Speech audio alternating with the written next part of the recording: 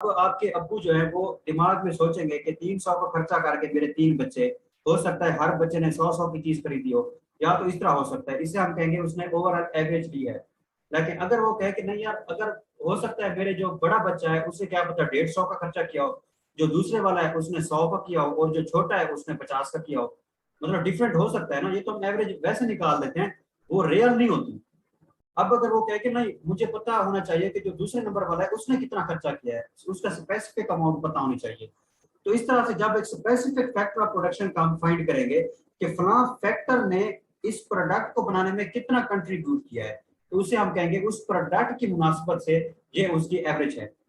अब इसकी how much of the good that is produced on average by a certain और specific input factor. ठीक है, mathematical representation APL मतलब average product due to labour is equal to product produced Q divided by due to labour मतलब L, या average product K मतलब average product due to capital is equal to Q divided by K। इसके बाद है marginal product rate of change in total product by using an extra unit of input. मतलब ये वो कहते हैं 5 वर्कर थे तो 10 यूनिट प्रोड्यूस कर रहे थे, हमने 6 वर्कर लगाए तो 12 यूनिट प्रोड्यूस कर रहे हैं। अब छठे लेबर के लगाने से जो इजाफी 2 यूनिट प्रोड्यूस हुए हैं उस छठे लेबर की वजह से, तो हम कहेंगे ये उस इजाफी लेबर जो 6 था उसकी वजह से जो इजाफी 11th and 12th unit produce हुआ है वो मार्जिनल प्रोडक्ट होगा, और वो क्या होगा मार्जिनल इनपुट फैक्टर होगा जो इजाफी हमने लगाया था छठा लेबर। तो इस तरह से मार्जिनल प्रोडक्ट उसे कहेंगे जो इजाफी लेबर के लगाने से या इजाफी मशीनरी के लगाने से प्रोड्यूस होता है। अब contribution of an additional input factor to the total product, वही बात आ गई कि टोटल प्रोडक्ट हमारे पास 100 थे अब 101 हो गए हैं। क्यों? क्योंकि हमने इजाफी वर्कर लगाया या इजाफी मशीनरी लगाई। तो उस इजाफी वर्कर के लगाने से या मशीनरी के लगाने से जो इजाफी प्रोडक्ट बना है उसे मार्जिनल प्रोडक्ट कहेंगे। मैथमेटिकल रिप्रेजेंटेशन क्या है? For labour as input, suppose हमने वर्कर में इजाफा किया, मशीनरी वही है, then marginal product is represented as MPL, marginal product due to labour is equal to del Q is divided by del L। del मतलब delta, delta किसे कहते हैं? चेंज को कहते हैं।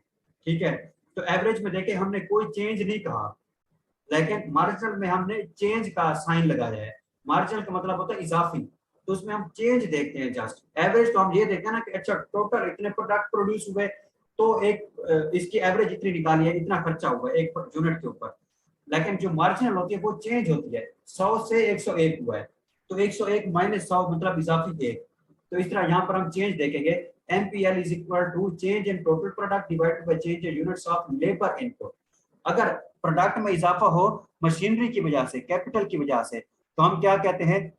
For capital as input MP is represented as del Q divided by del K, change in total product divided by change in units of capital input. यहाँ पर capital के इनपुट में इजाफा हो रहा है, चेंज आ रहा है। इसके बाद है प्रोडक्शन इन डिफरेंट पीरियड्स। मैंने कहा था कि ओवरऑल 4 प्रोसेसेस होते हैं, कास्ट, आउटपुट, रेवेन्यू और प्रॉफिट।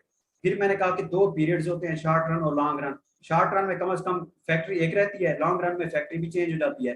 फिर मैंने कहा था कि अब हर शॉर्ट रन में भी 4 प्रोसेस को पढ़ेंगे, लॉन्ग रन में भी चारों प्रोसेसेस को पढ़ेंगे। तो पहले हमने कॉस्ट पढ़ी, कॉस्ट को शॉर्ट रन और लॉन्ग रन में देखा। दूसरा प्रोसेस क्या था? प्रोडक्ट का बन जाना, कॉस्ट इनपुट थी, अब प्रोडक्ट आउटपुट है, तो उसका दोनों पीरियड में देखेंगे, शॉर्ट रन में भी और लॉन्ग रन में भी। तो इसमें हम देखते हैं production in short run. Short run production मतलब a time period in which at least one factor of production is fixed and others are variable. मतलब क्या कि ऐसा दौरान या ऐसा ड्यूरेशन जिसमें कम से कम एक फैक्टर ऑफ प्रोडक्शन फिक्स हो, बाकी चाहे सारे वेरिएबल हो। Firm can only alter it's variable factor, जाहिर सी बात है जो फिक्स है उसको तो चेंज नहीं करती, वो चेंज नहीं होता, इसलिए उसे फिक्स्ड फैक्टर कहा जाता है। तो वो कहता है अगर फर्म ने अपनी प्रोडक्शन को बढ़ाना है तो जो बाकी वेरिएबल फैक्टर्स हैं उनको चेंज करेगी टू इंक्रीज प्रोडक्शन। इसके बाद है इसकी mathematical representation. To express short run production function assume labour is the only variable factor whereas capital is fixed. यहाँ पर हम 2 फैक्टर्स को लेकर चल रहे हैं, एक कैपिटल एक लेबर को। ठीक है, इन दोनों की डिस्कशन को हम आगे लेकर चलते हैं। तो इसमें वो कहता है to express short run, suppose अब 2 फैक्टर हमारे पास हैं और हमने ये भी कह दिया कि शॉर्ट रन में कम से कम एक फिक्स होगा, और लेबर और कैपिटल 2 फैक्टर्स को हम डिस्कस कर रहे हैं। तो इसमें हम यही समझेंगे कि जो हमारा लेबर है वो क्या है? वेरिएबल है, और जो कैपिटल है वो फिक्स्ड फैक्टर है। firm can extend its production capacity to some extent by altering only one factor of production, मतलब लेबर। वो कहता है इसमें हमने क्योंकि एज्यूम कर लिया हुआ है कि हमारे पास दो फैक्टर हैं, लेबर और कैपिटल, और उनमें से कैपिटल जो है वो फिक्स फैक्टर है और जो लेबर है वो वेरिएबल है। वो कहता है अगर फर्म ने अपनी प्रोडक्शन को बढ़ाना है, प्रोडक्शन कैपेसिटी को बढ़ाना है, तो वो कैपिटल को तो चेंज नहीं करेगी क्योंकि वो तो हमने एज्यूम कर लिया कि वो फिक्स फैक्टर है। तो वो लेबर जो है, वर्कर है, उसको चेंज करेगी, उनकी तादाद में इजाफा कर देगी। We will add a line on K and short run production function will be expressed as. अब वो कहते हैं जो फिक्स्ड है ना, उसके ऊपर हमने लाइन ड्रा कर देती है ये शो करने के लिए कि हमने इस फैक्टर को फिक्स्ड रखा हुआ है।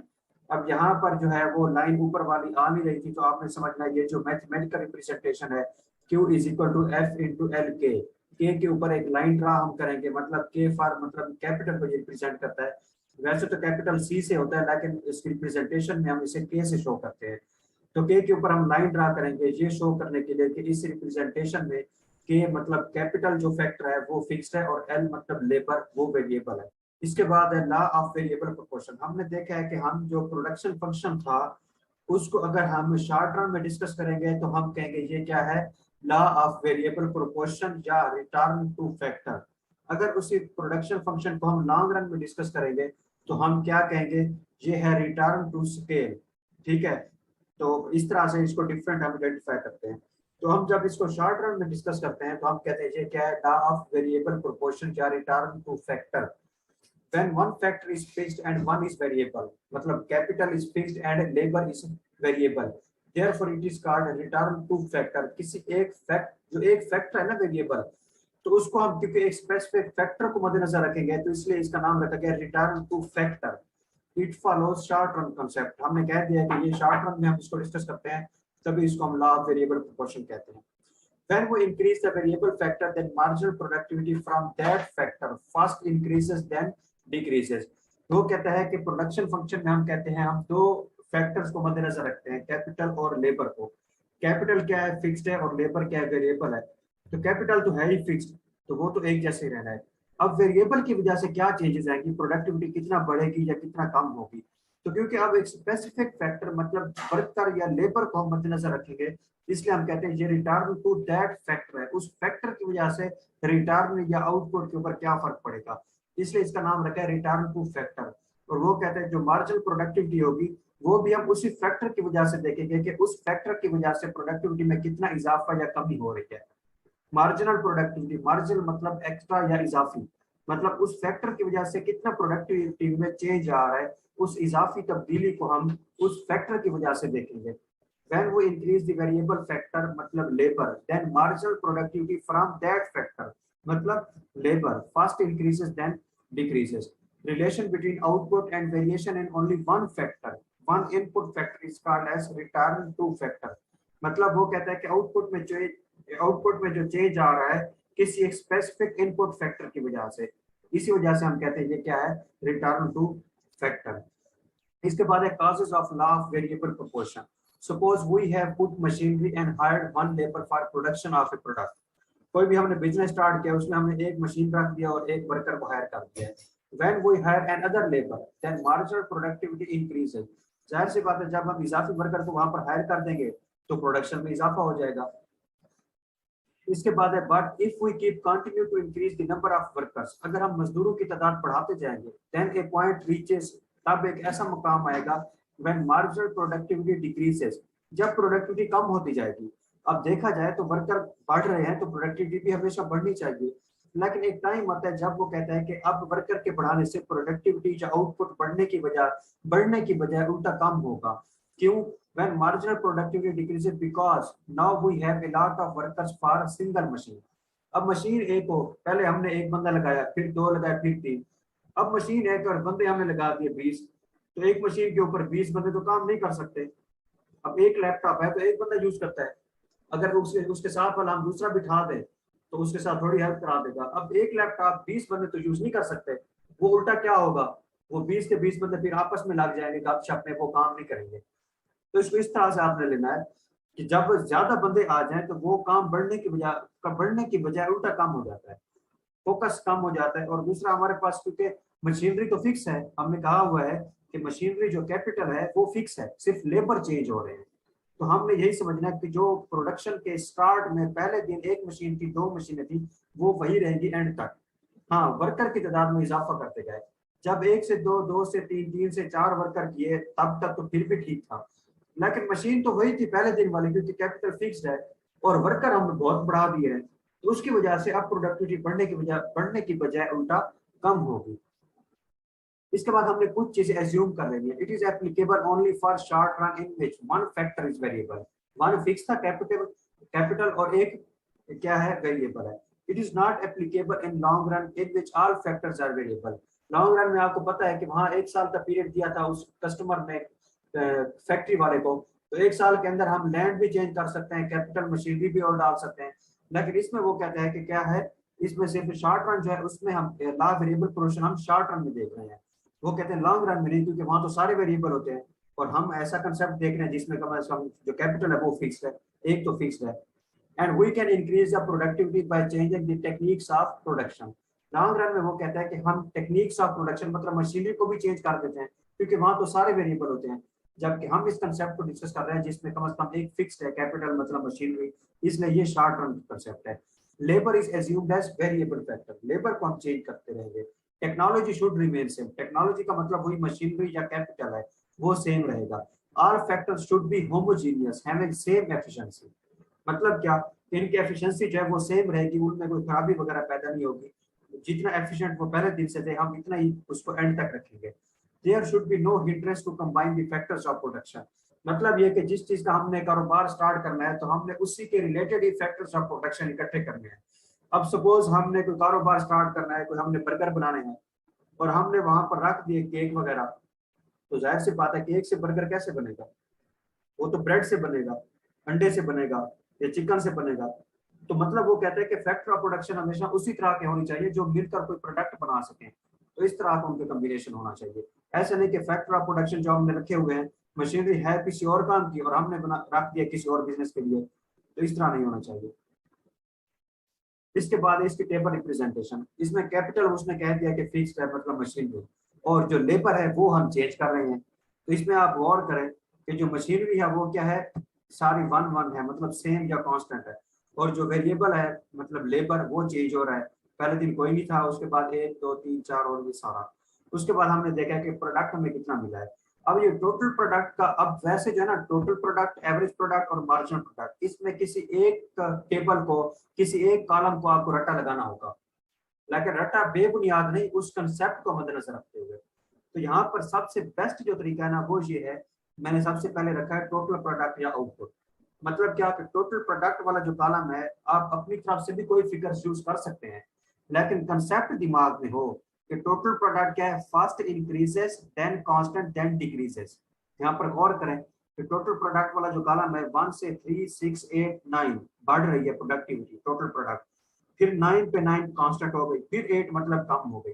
तो दिमाग में ये हो कि टोटल प्रोडक्ट पे हमने जो भी फिगर्स यूज करने हैं इस तरह से यूज करना है कि पहले हमने टोटल प्रोडक्टिविटी को बढ़ाना है, फिर कांस्टेंट, फिर कम करना है, क्योंकि हमें पता है टोटल प्रोडक्टिविटी ऐसे ही बिहेव करती है। फिगर आप अपनी तरफ से यूज कर सकते हैं, लेकिन बेहतर यह है कि जो बुक वाला है वही फिगर यूज कर लेता है ताकि कंफ्यूजन ना हो, वरना आप कंसेप्ट यही हो, फिगर्स कोई भी हो। तो टोटल प्रोडक्टिविटी का आप इस तरह से अपनी तरफ से कोई फिगर्स लगा लेंगे। अब एवरेज प्रोडक्टिविटी वाले फिगर जो है उनको रट्टा लगाने की या कंसेप्ट दिमाग में रखने की भी जरूरत नहीं है, वो क्योंकि आप टोटल प्रोडक्टिविटी से ही अखज करते हैं, डिराइव करते हैं। वो कैसे, एवरेज प्रोडक्ट क्या है, total product divided by number of labour. अब पहला क्या था, टोटल प्रोडक्ट 1 था, लेबर कितना था 1 था, तो एवरेज प्रोडक्ट भी 1 निकला। इसके बाद टोटल प्रोडक्ट 3 था, लेबर कितने थे 2 थे, तो total product 3 divided by number of labour 2 is equal to 1.5। 3 को 2 पे डिवाइड करें तो यही 1.5 आता है ना। उसके बाद क्या निकलना है, एवरेज प्रोडक्ट 2 आंसर आ रहा है, क्यों, total product 6 divided by number of labour 3 is equal to 2। फिर total product 8 divided by number of labour 4 divided by 2। तो सिर्फ टोटल प्रोडक्ट के कंसेप्ट को दिमाग में रखते हुए कि प्रोडक्टिविटी पहले बढ़ती है फिर कांस्टेंट फिर कम होती है, आपने अपनी तरफ से कोई फिगर यूज कर लेने हैं। फिर टोटल एवरेज प्रोडक्ट जो है उसमें फॉर्मूला क्या है, total product divided by number of labour, तो ये ऑलरेडी दोनों कॉलम आपके पास मौजूद है। तो हर रो में रेलिवेंट टोटल प्रोडक्ट को रेलिवेंट नंबर ऑफ लेबर से डिवाइड करते जाना है, तो एवरेज प्रोडक्ट आ जाएगा। इसके बाद है मार्जिन प्रोडक्ट, इसको भी आप इसी में से ड्राइव कर सकते हैं। Marginal product is equal to change in total product divided by change in number of labour. पहले हमने जो एवरेज निकाला उसमें हमने क्या कहा, सिर्फ total product divided by variable factor. Marginal होता है इजाफी, जो चेंज आया होता है, उसमें हम क्या करते हैं, change in total product divided by change in number of labour. अब यहाँ पर सपोज देख लें कि यहाँ पर जो फोर्थ रो है, ठीक है, उसमें मार्जिनल प्रोडक्ट का आंसर आ रहा है 3। 3 कैसे निकला, 3 का फॉर्मूला कैसा है, चेंज इन टोटल प्रोडक्ट। तो यहाँ पर आप आएंगे टोटल प्रोडक्ट वाले कॉलम में आंसर 6 है और उससे ऊपर वाला 3 है, तो आप इसको क्या करेंगे, 6 - 3 करेंगे, चेंज है ना, final point minus initial point. तो इस रो में देखेंगे फाइनल पॉइंट तो 6 है और इससे पिछला जो इनिशियल है वो 3 है, इससे पिछले वाला देखना है, इनिशियल से पूरा पहले वाला नहीं देखना। तो 6 - 3 आएगा तो आंसर 3 निकलेगा, ठीक है। इसके बाद वो क्या कहते हैं, change in number of labour. Labour क्या है, 3 है और ऊपर 2 है, तो 3 - 2। तो इस तरह से मार्जिनल प्रोडक्टिविटी का फॉर्मूला बनेगा, marginal productivity is equal to, यहाँ पर टोटल प्रोडक्टिविटी का डिफरेंस मतलब 6 - 3 डिवाइडेड बाय लेबर का डिफरेंस 3 - 2। तो ये आंसर आएगा 3 डिवाइडेड बाय 1, तो आंसर वही 3 निकलेगा, ये वाला मार्जिनल प्रोडक्टिविटी का 3 आंसर आ गया। तो इस तरह से आपने पहले फिक्स फैक्टर आपको पता है कैपिटल कांस्टेंट है, वो 1 आपने लिखते जाना है। फिर वेरिएबल फैक्टर आपको पता है लेबर हम बढ़ाते जा रहे हैं, तो 1 से 7 तक बढ़ा देना है। फिर टोटल प्रोडक्ट आपको पता है पहले बढ़ता है फिर कांस्टेंट फिर कम होता है। इस कंसेप्ट को मद्देनजर रखते हुए आपने यहाँ पर कोई भी फिगर लगा देने हैं, यही वाले फिगर लगा दें तो अच्छा है, कोई और दिमाग लड़ाने की जरूरत नहीं पड़ेगी। उसके बाद एवरेज प्रोडक्ट निकालना है, वो कैसे, हर रेलिवेंट रो में आपने रेलिवेंट टोटल प्रोडक्ट को रेलिवेंट लेबर से डिवाइड कर देना है। फिर मार्जिनल प्रोडक्ट है, मार्जिनल प्रोडक्ट आप रेलिवेंट रो में देखेंगे कि टोटल प्रोडक्ट उस लाइन में जो है माइनस उससे पिछली वाली रो कर देना है। फिर डिवाइडेड बाय जो लेबर है उस रो वाला माइनस जो पिछली रो का आंसर है। तो इस तरह से आपके पास मार्जिनल प्रोडक्ट निकल आएगा। अब देखें ये ग्राफ है, ग्राफ के ऊपर क्या क्या चीजें हैं, एक टोटल प्रोडक्ट है, एक एवरेज प्रोडक्ट है और एक मार्जिनल प्रोडक्ट है, ठीक है। यहाँ पर वो एमपी लिखा हुआ नहीं है, वेज हो गया जो भी हुआ है।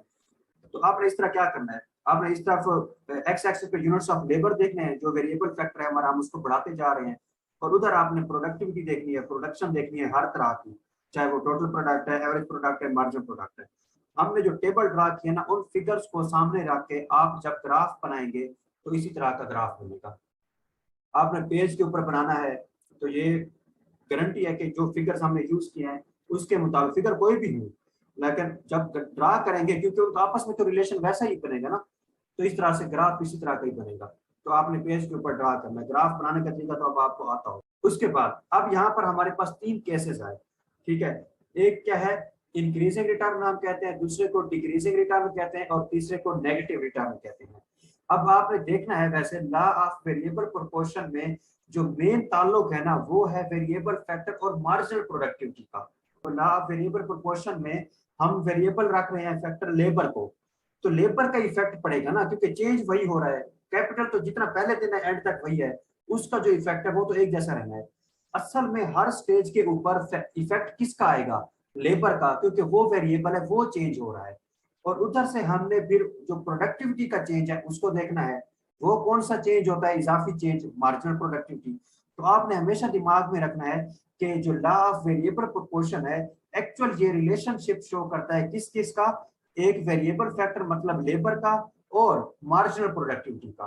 तो यहाँ पर जब हम इसको एक्सप्लेन करेंगे तो हमने भी मार्जिनल प्रोडक्टिविटी को दिमाग में रखा है, ठीक है, क्योंकि हर स्टेज के ऊपर जो चेंज होता है वो हम मार्जिनल प्रोडक्टिविटी के थ्रू ही देखते हैं। एवरेज तो एवरेज निकलता है ना सबका, लेकिन रेलिवेंट स्पेसिफिक पॉइंट पे जब हम चेंज देखते हैं कि फलां पॉइंट से फलां पॉइंट तक क्या तब्दीली आई है, उस तब्दीली को ही तो हम मार्जिनल कहते हैं, जो इजाफी चेंज आता है। तो इस तरह से हम वेरिएबल प्रोपोर्शन में उधर इजाफी लेबर का चेंज देखते हैं, इधर इजाफी प्रोडक्टिविटी का। तो इसलिए दिमाग में रखना है कि law of variable proportion basically relationship show करता है एक वेरिएबल फैक्टर का और दूसरा उधर से मार्जिनल प्रोडक्टिविटी के दरमियान। तो जब इसको स्टेजेस में डिवाइड करेंगे, पहला हम कहते हैं इंक्रीजिंग रिटर्न। रिटर्न मैंने आपको बताया था आउटपुट, प्रोडक्ट या रिटर्न, ये सारे एक ही चीजें होती हैं। इस रिटर्न को रिटर्न इसलिए कहा जाता है क्योंकि जो प्रोडक्ट बनता है हम उससे बेचते हैं, तो जो पैसा हमारे पास आता है वापस, जो पैसा आता है रिटर्न हमारे पास आता है चीज को बेचकर, इसलिए इसे रिटर्न का नाम दिया गया है। तो रिटर्न को भी आप आउटपुट ही समझ सकते हैं। तो marginal productivity is increasing with increase in variable factor of production. वो कहता है कि जैसे जैसे हम लेबर को बढ़ाते हैं तो जो मार्जिनल प्रोडक्टिविटी है ना वो भी बढ़ती है। यहाँ पर आप टेबल से देख लें या ग्राफ से देख लें कि जैसे जैसे हमने लेबर को बढ़ाया है 1 से 7 तक, मार्जिनल प्रोडक्टिविटी क्या हुई है, पहले बड़ी है 1 2 3, फर्स्ट फर्स्ट उसने कहा है पहली स्टेज क्या है, यही मार्जिनल प्रोडक्टिविटी जब बढ़ती है फर्स्ट टू ये 1 2 3। उसके बाद वो क्या कहता है, उसके बाद वो कहता है दूसरी स्टेज क्या है, marginal productivity is decreasing with increase in variable factor of production. वो कहता है उसके बाद क्या हो रहा है कि वेरिएबल फैक्टर जो है वो तो हमेशा बढ़ रहा है ना, लेकिन वो कहता है पहले जब बढ़ता है तो उधर से मार्जिनल प्रोडक्टिविटी भी बढ़ रही है 1 2 3। फिर वो कहता है वेरिएबल फैक्टर जब मजीद बढ़ता जाता है तो अब जो मार्जिनल प्रोडक्टिविटी है वो क्या होती है, वो कम होती जाती है 3 2 1। उसके बाद थर्ड स्टेज जो है वो क्या कहता है, थर्ड स्टेज पे marginal productivity is negative with increase in variable factor of production. वो कहते हैं जब हम ज्यादा मजीद वेरिएबल फैक्टर मतलब लेबर को बढ़ाते हैं तो मार्जिनल प्रोडक्टिविटी अब नेगेटिव हो जाती है, मतलब और ज्यादा कम हो जाती है, नेगेटिव डायरेक्शन। स्टार्ट कैसे करना है लॉ ऑफ वेरिएबल प्रोपोर्शन का, कि नाम से शो कर रहा है वेरिएबल प्रोपोर्शन, तो ये डिपेंडेंट है वेरिएबल फैक्टर ऑफ प्रोडक्शन के। तो हमने दो पहले कॉलम ड्रा करने हैं, एक फिक्स फैक्टर यानी कैपिटल फिक्स रहेगा, दूसरा लेबर वेरिएबल रहेगा। फिर हमने टोटल प्रोडक्ट का कंसेप्ट दिमाग में बिठाना है, सिर्फ यहाँ पर कंसेप्ट दिमाग में बिठाना है कि first increase then constant then decrease. फिर एवरेज भी उसी टोटल से निकलेगा, मार्जिनल भी उसी टोटल से निकलेगा। फिर सारी टेबल को देखकर हमने सबके ग्राफ ड्रा कर लेने हैं। उसके बाद जब हम ग्राफ को देखेंगे या फिर टेबल को देखेंगे तो हमने यहाँ पर सिर्फ मार्जिनल प्रोडक्टिविटी के कॉलम को 3 स्टेजेस में एक्सप्लेन कर देना है कि जब लेबर पहले बढ़ता है तो मार्जिनल प्रोडक्टिविटी बढ़ती है, फिर लेबर मजीद बढ़ता है तो मार्जिनल प्रोडक्टिविटी कम होने लगती है, फिर लेबर मजीद बढ़ता चला जा रहा है तो अब मार्जिनल प्रोडक्टिविटी नेगेटिव हो गई थी। ठीक है, यहाँ पर कोई रट्टा लगाने की जरूरत नहीं है, हम सिर्फ टेबल को देखकर बता रहे हैं कि यार टेबल में पहले ऐसा हुआ है फिर ऐसा हुआ है फिर ऐसा हुआ है। और टेबल कहाँ से निकली, वो वहीं से अखज की हमने उसी फिगर से टेबल्स में से ही, तो इस तरह से हमने एक्सप्लेन कर दिया इसको। इसके बाद हमने कुछ कंक्लूजन निकाले हैं। अब कंक्लूजन कैसे निकाले हैं, उसी आपने टेबल को या ग्राफ को, क्योंकि कंसेप्ट तो दोनों में एक है, उस टेबल को सामने रखें या ग्राफ को सामने रखें तो वहां पर जो जो चीजें हुई हैं आपने यहाँ पर लिखी। When total productivity increases, marginal productivity is positive. उसने कहा when total productivity is increasing, यहाँ पर total productivity बढ़ रही है 1 3 6 8, तो वो कहता है जो marginal productivity वो पॉजिटिव है 1 2 3, पॉजिटिव ही है ना, नेगेटिव साइन तो किसी के साथ नहीं है। उसके बाद क्या है, when total productivity is maximum, marginal productivity is 0. वो कहते हैं when total productivity is maximum, total productivity maximum कहाँ है, जहां पर 9 पर, तो वो कहता है टोटल जो marginal productivity है वो 0 है। अब यहाँ पर टोटल प्रोडक्टिविटी देखा जाए तो दो रोज में 9 और 9 है, लेकिन मैंने कहा था कि जिस पॉइंट से आगे चेंज आए वो हमने पॉइंट लेना होता है। जहां पर जो नीचे वाला 9 है हमने इसी को दिमाग में बिठाना है, तो इस 9 को देखकर सामने देखे मार्जिनल प्रोडक्टिविटी 0 है। उसके बाद वो कहता है when total productivity decreases, marginal productivity is negative, तो वहां पर जब ये 9 से 8 होगी टोटल प्रोडक्टिविटी, उधर से मार्जिनल प्रोडक्टिविटी भी -1 हो जाएगी। वो टेबल में साफ नजर आ रहा है सामने से, तो ये सारी चीजें वही टेबल से हमने ड्राइव की है। उसके बाद क्या है, आउटपुट इन लॉन्ग रन। अब हमने प्रोडक्शन या आउटपुट को प्रोडक्ट को देखना है लॉन्ग रन में। इसकी क्या है, mathematical representation to express long run production function assume all factors are variable. Long run हमने कहा है कि लंबा पीरियड होता है, इसमें हम सारे के सारे फैक्टर को चेंज कर सकते हैं, तो सारे के सारे फैक्टर क्या होते हैं, वेरिएबल होते हैं। Firm can extend its production capacity by altering its all input factors of production. Firm जो है अगर उसने प्रोडक्शन बढ़ानी है तो यहाँ पर अपने सारे के सारे फैक्टर को चेंज कर सकती है। ठीक है, अब यहाँ पर जो अब हम प्रोडक्शन फंक्शन जो हमने पहले पढ़ा था उसको जब हम इस लॉन्ग रन में डिस्कस करेंगे तो हम कहेंगे इसे लॉ ऑफ रिटर्न या रिटर्न टू स्केल। यहाँ पर स्केल के ऊपर जितने भी फैक्टर हैं सारे के सारे को हम देखेंगे। ठीक है, सारे के सारे क्या होंगे, वेरिएबल होंगे। वहां रिटर्न टू फैक्टर कोई एक फैक्टर वेरिएबल था, यहाँ पर सारे के सारे एक जैसे हैं, सारे फैक्टर हैं, सारे वेरिएबल हैं, तो पूरे स्केल के ऊपर आप समझ लें जितने भी फैक्टर्स हैं सारे वेरिएबल हैं, तो इसलिए हम पूरे स्केल का चेंज देखेंगे, return to scale. Productivity increases with increase in all variable factor of production. This is called as return to scale. It follows the long run concept. ये वही बात है, the relation between output and variation all input। वहां तक one specific input factor जो change हो रहा था, वेरिएबल मतलब लेबर वाला, यहाँ पर है all input, जो सारे के सारे input factor चेंज हो रहे हैं। taken together is termed as return to scale, as all input factors are variable here. Average cost and output are inversely proportional. पहले दिन जब हम बिजनेस स्टार्ट करते हैं उस दिन हमारा जब 1 यूनिट बनता है लेकिन खर्चा तो हमारा ज्यादा हो रहा होता है। हमने एग्जांपल ली थी कि हमें दुकान का 1000 रुपये किराया पड़ गया पहले दिन और 500 मजदूर की तनख्वाह और बना 1 यूनिट है सिर्फ, तो उस दिन 1500 का खर्चा करके हमें 1 यूनिट मिला है। तो मतलब क्या हुआ कि खर्चा ज्यादा हुआ है और प्रोडक्टिविटी कम हुई है। अब ऐसा ऐसा क्या होगा, उसी खर्चे से हम ज्यादा प्रोडक्ट बनाने लग जाएंगे। तो हम देखेंगे कि यहाँ पर प्रोडक्टिविटी बढ़ती जा रही है और खर्चा हमारा वही है, तो खर्चा हमें पर यूनिट एवरेज कॉस्ट कम पड़ रही है। तो इसलिए हम कहते हैं कि कॉस्ट और आउटपुट है इनका इनवर्स रिलेशन है। This is also called as law of cost और लॉ ऑफ रिटर्न। इसको आगे देखते हैं किसे ऐसे क्यों कहा जाता है। अब यहाँ पर टेबल आ गई है। फिक्स्ड फैक्टर क्या है? फिक्स्ड फैक्टर नहीं है, सारे के सारे क्या है, वेरिएबल है। ठीक है, इसमें कैपिटल भी देखें टेबल के नीचे चेंज हो रहा है 1 से 7 तक, और जो वेरिएबल फैक्टर है लेबर वो भी चेंज हो रहा है, तो दोनों के दोनों यहाँ पर चेंज हो रहे हैं। और मार्जिनल प्रोडक्ट क्या होता है, यहाँ पर देखें टोटल प्रोडक्ट और मार्जिनल प्रोडक्ट और टोटल प्रोडक्ट। यहाँ पर इजाफी देखें कि मार्जिनल प्रोडक्ट वही होता है जो इजाफी चेंज आता है किसी फैक्टर के चेंज आने से, और टोटल प्रोडक्ट उस पॉइंट तक जितना भी बन चुका होता है। अब यहाँ पर देखें कि टोटल प्रोडक्ट सपोज है 1 4 10 16 22 26 27 29, टोटल प्रोडक्ट बढ़ता जा रहा है। मार्जिनल प्रोडक्ट का बिहेवियर देखें 1 3 6 6 6 फिर 4 3 2। तो मार्जिनल प्रोडक्ट भी हमने देखा हुआ है कि first increases and then decreases, तो मार्जिनल प्रोडक्ट का बिहेवियर वही वाला है। और यहाँ पर डिफरेंस क्या है इस टेबल में, ये वाला कि यहाँ पर लेबर भी चेंज हो रहा है और उधर से कैपिटल भी चेंज हो रहा है, यहाँ पर सारे वेरिएबल फैक्टर। अब यहाँ पर जब आप ग्राफ बनाएंगे तो ग्राफ आपके पास कुछ इस तरह का बनेगा। ठीक है, नीचे आपके आएंगे इनपुट फैक्टर्स और उधर आएगा आपका मार्जिनल प्रोडक्टिविटी। तो मार्जिनल प्रोडक्टिविटी का कॉलम यहाँ पर देखें कि फर्स्ट इंक्रीजेस 1 से 3 हुआ, देन कांस्टेंट 6 6 6, देन डिक्रीजेस 4 3 2। तो यहाँ पर ग्राफ के ऊपर देखें, ग्राफ के ऊपर देखें कि मार्जिनल प्रोडक्टिविटी फर्स्ट क्या है, इंक्रीज। ये देखें रो, ये जो एरो है वो ऊपर की तरफ लाइन जा रही है, देन कांस्टेंट, कांस्टेंट रिटर्न बन गया। उसके बाद डिमिनिशिंग है, मतलब यहाँ पर कम हो रही है। डिमिनिशिंग का मतलब होता है किसी चीज का कम होना, या डिमिनिशिंग या डिक्रीजिंग कह सकते हैं। तो यहाँ पर देखें लाइन नीचे की तरफ हो रही है।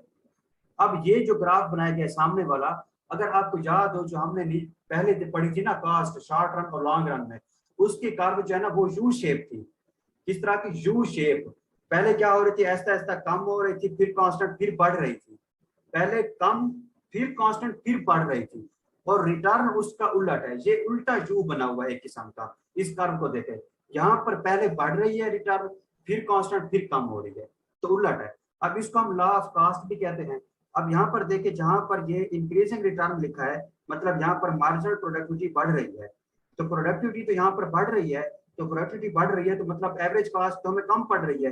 1500 के खर्चे में अब प्रोडक्टिविटी बढ़ रही है, तो खर्चा तो वही 1500 का फिलहाल हो रहा है। तो पर यूनिट जो कॉस्ट पड़ रही है, पहले दिन 1 यूनिट के ऊपर 1500 का खर्चा आया, अगले दिन हमने 2 यूनिट प्रोड्यूस किए, मतलब प्रोडक्टिविटी बढ़ी लेकिन खर्चा वही 1500 का हुआ है। तो अब पर यूनिट हमें 750 रुपए का खर्चा हो रहा है। तो इसमें आप देखें कि इंक्रीजिंग रिटर्न, रिटर्न बढ़ रहा है पहले, लेकिन कॉस्ट ऐसा ऐसा कम होगी। फिर कांस्टेंट है, यहाँ पर जितना प्रोडक्ट है कॉस्ट भी उतनी हो रही है। उसके बाद ऐसा ऐसा प्रोडक्टिविटी कम हुई। जब प्रोडक्टिविटी कम होती है मतलब यूनिट्स कम प्रोड्यूस हो रहे हैं, तो मतलब पर यूनिट हमें खर्चा ज्यादा पड़ रहा होगा, तो यहाँ पर कॉस्ट ज्यादा होगी। तो ओवरऑल देखा जाए तो कॉस्ट और मार्जिनल प्रोडक्टिविटी इन दोनों का जो ग्राफ है या कंसेप्ट है उलट है। कॉस्ट पहले ज्यादा, फिर कांस्टेंट, फिर कम। प्रोडक्टिविटी पहले कम, फिर कांस्टेंट, फिर ज्यादा। तो ग्राफ जब बनेगा कॉस्ट का वो यू शेप होगा, और जो प्रोडक्टिविटी का ग्राफ बनेगा वो इस तरह से उल्टा यू होगा।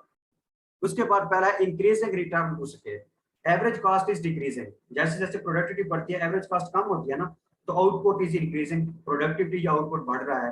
Proportional change in output is greater than proportional change in input. इतना इनपुट में चेंज नहीं आ रहा जितना आउटपुट में चेंज आ रहा है, इसलिए तो आउटपुट ज्यादा बढ़ रहा है, तो हम कहते हैं कि इंक्रीजिंग रिटर्न है। This is also called as economies of scale because it is like an advantage of the firm because firm is moving towards more and more output। जो पहली स्टेज है जिसमें कॉस्ट ऐसा ऐसा कम हो रही है और प्रोडक्टिविटी बढ़ रही है, तो हम इसको इकोनॉमीज ऑफ स्केल भी कह देते हैं, क्योंकि ये एक किस्म का एडवांटेज है ना कि यहाँ पर खर्चा कम हो रहा है ऐसा ऐसा और प्रोडक्ट ज्यादा बनता जा रहा है। इसके बाद दूसरी स्टेज है constant return to scale. Average cost remain same, output remain same, जहां पर एक पॉइंट पर मतलब खर्चा और आउटपुट दोनों एक जैसे चल रहे हैं। तो proportional change in output is equal to proportional change in input. इसके बाद है डिक्रीजिंग रिटर्न टू स्केल। अब रिटर्न यानी आउटपुट डिक्रीज हो रहा है तो कास्ट बढ़ेगी, एवरेज कास्ट इज इंक्रीजिंग तो output is decreasing. Proportional change in output is less than proportional change in input. Input मतलब जो हमारी कास्ट होती है वो ज्यादा उसमें चेंज आ रहा है, इतना प्रोडक्ट में चेंज नहीं आ रहा। This is also called as diseconomies of scale because it is like a disadvantage of the firm because firm is going toward less and less output। यहाँ पर है डिक्रीजिंग रिटर्न, रिटर्न ऐसे तक कम हो रहा है तो प्रोडक्ट का कम बनना और कास्ट का बढ़ना फर्म के लिए नुकसानदेह चीज है ना, तो इसलिए हम कहते हैं ये एक किस्म की डिसइकोनॉमी या डिसएडवांटेज है। अब जो इकोनॉमीज ऑफ स्केल जो पहली स्टेज को हमने बोला है, जो हम इंक्रीजिंग रिटर्न टू स्केल है उसको हमने इकोनॉमीज ऑफ स्केल का, और हमने कहा ये एक किस्म की क्या है फर्म के लिए एडवांटेज है। वो किस तरह? Specialisation of labour in large firm increases the productivity. वो कहता है पहली स्टेज जिसे हमने कहा कि प्रोडक्टिविटी बढ़ रही है, इंक्रीजिंग रिटर्न टू स्केल है, इकोनॉमीज ऑफ स्केल है या एडवांटेज ऑफ फर्म है, वो क्यों है, किस तरह से आ सकता है? इसी तरह से आ सकता है अगर वहां पर जो वर्कर हैं वो एक्सपर्ट हो अपने अपने काम में, वो स्पेशलाइज्ड जॉब्स हो उनकी, तो प्रोडक्टिविटी बढ़ेगी। अगर अनाड़ी लोगों को लगा देंगे तो जाहिर सी बात है काम ठीक नहीं होगा, प्रोडक्ट कम बनेगा। फिर एडवांस टेक्नोलॉजी, मशीनरी जदीद होनी चाहिए। फिर bulk in buying by large firm increases the productivity. यहाँ पर ऐसे है cost of capital of large firm, जितनी ज्यादा मतलब कि large firm increases the productivity, cost of capital of large firm increases the productivity due to having easy access to capital market. Cost of capital of large firms increases the productivity due to having easy access to capital market. Repairing and maintenance a large firm is less due to having repairing workshops and जो बड़े बड़े कारोबारी होते हैं ना, उन्होंने अब suppose एक बहुत बड़ा कोई हॉस्टल है तो अब वहां पर जो बिजली का निजाम अगर खराब हो जाता है तो वो ऐसे नहीं होता कि रैंडम किसी बिजली वाले की दुकान पर जाए और उसको इलेक्ट्रिशियन बुला कर ले आए, नहीं, उन्होंने अपने एक रखे होते हैं कि यहाँ पर यार हमारे हॉस्टल के लिए एक बंदा मौजूद हो जो बिजली का इशू कहीं किसी टाइम भी हो तो ये फौरन ठीक करके दे। तो वो वही कह रहा है कि बड़े बड़े जो कारोबार होते हैं उसमें भी उनके पास मेंटेनेंस रिपेयरिंग वगैरह के लिए निजाम होता है। Advertisement expenses decreases with increase in productivity. वही बात है कि जैसे जैसे हमारा प्रोडक्ट ज्यादा बन रहा है तो हमें मशहूरी की जरूरत नहीं पड़ती। Startup cost decreases with increase in productivity. Product जैसे जैसे बनता है तो कॉस्ट कम होती है।